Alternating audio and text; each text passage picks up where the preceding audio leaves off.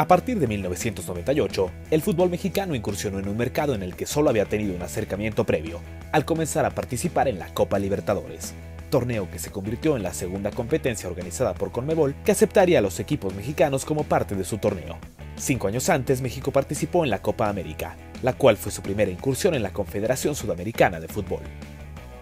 Los mexicanos iniciaron compitiendo por su lugar en un torneo denominado Pre-Libertadores ante los equipos venezolanos que habían conseguido el derecho de participar. Pero las buenas participaciones de los cuadros aztecas le aseguraron cupos directos no solo en la Libertadores, sino también en la Copa Sudamericana unos años después. No obstante, el objeto de este video es repasar 3 grandes injusticias que se dieron durante los 18 años que duró la relación entre México y la Conmebol en sus 2 torneos de clubes más importantes, pues el hecho de tener buenas actuaciones comenzó a hacerle incómodo a algunos sudamericanos.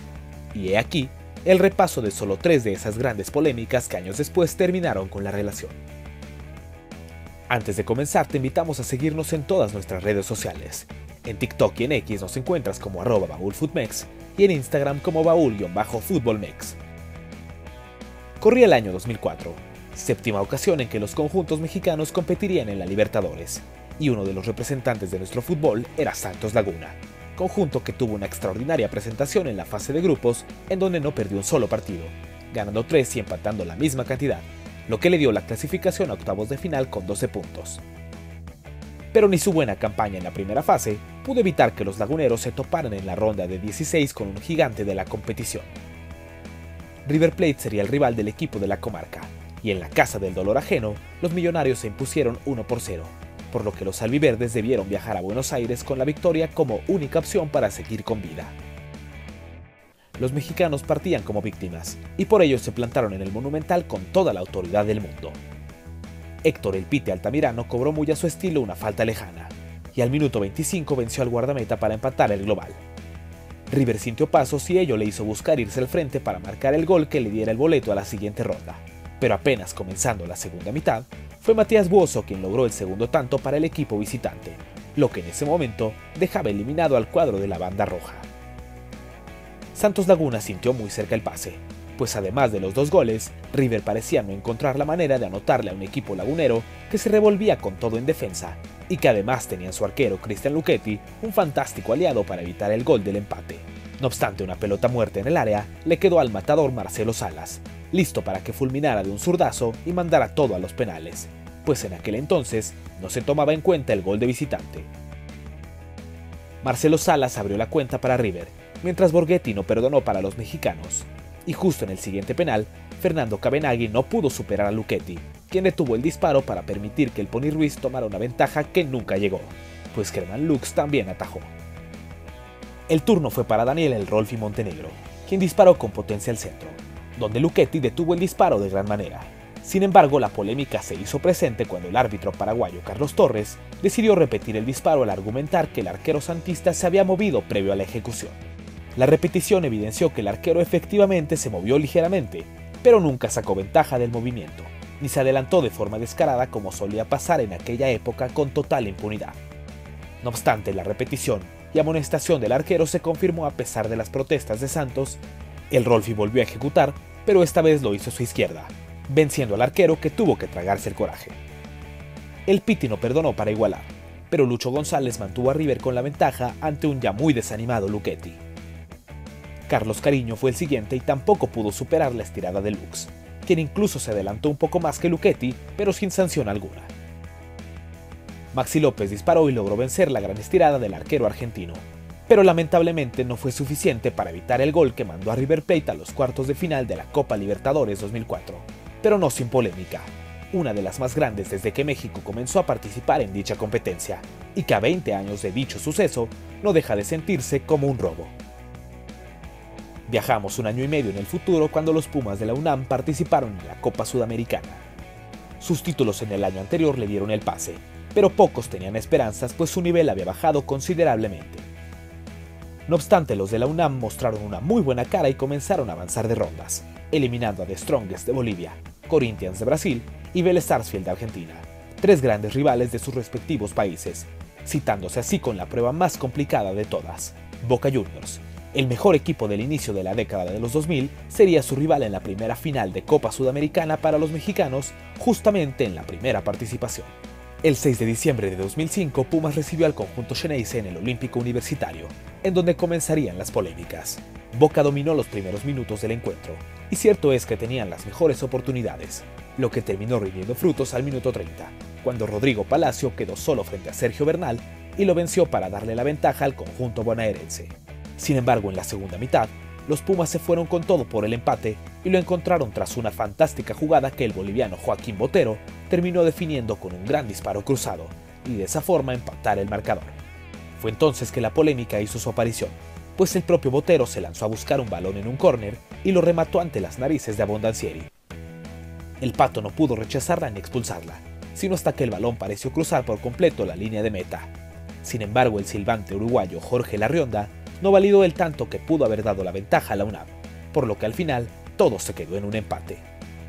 12 días después, la Bombonera de Boca recibió a los Pumas con un espectacular ambiente, y ante el que los universitarios aguantaron solo media hora, antes de que Martín Palermo les marcara el primer gol y los dejara seminoqueados, aunque ya antes habían demostrado que no tenían intenciones de rendirse, y en la segunda mitad, una mano de Schiavi permitió que Bruno Marioni igualara una vez más el marcador global y con ello el partido se alargara. Fue justo en la prórroga donde la polémica volvería a aparecer.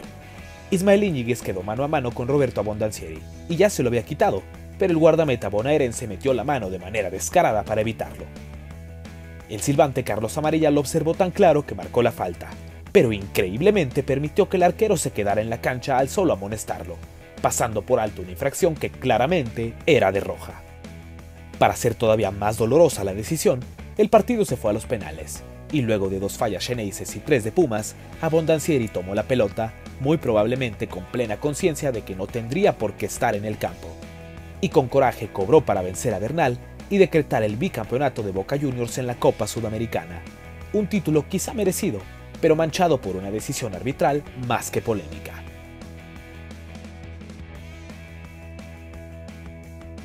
Por último, repasaremos un robo que fue mucho más atípico, pues como tal no sucedió sobre el campo de juego, sino en el escritorio. Corría el año 2007 y al igual que en las 2 ediciones anteriores donde Pumas y Pachuca llegaron a la final del segundo torneo en importancia en Sudamérica, otro equipo mexicano alcanzó el partido decisivo. El América fue el encargado de representar a nuestro país, justo una campaña después de que Pachuca sorprendiera al mundo y se convirtiera en el primer y hasta ahora único equipo en obtener un trofeo oficial fuera de su confederación. Si quieres conocer la historia de aquel histórico cuadro tuzo, te dejamos el link en la descripción. Las Águilas se deshicieron justo del campeón Pachuca en los octavos de final, y luego se impusieron a 2 grandes de sus respectivos países, Vasco da Gama de Brasil y Millonarios de Colombia. Y en la gran final se toparon a un equipo en apariencia más débil que los 2 anteriores, pero que detrás cargaba una importante fuerza. El Arsenal de Sarandí fue el rival, y el partido de ida, como siempre que se llegó a la final, se jugaría en el Estadio Mexicano, en este caso, el Azteca.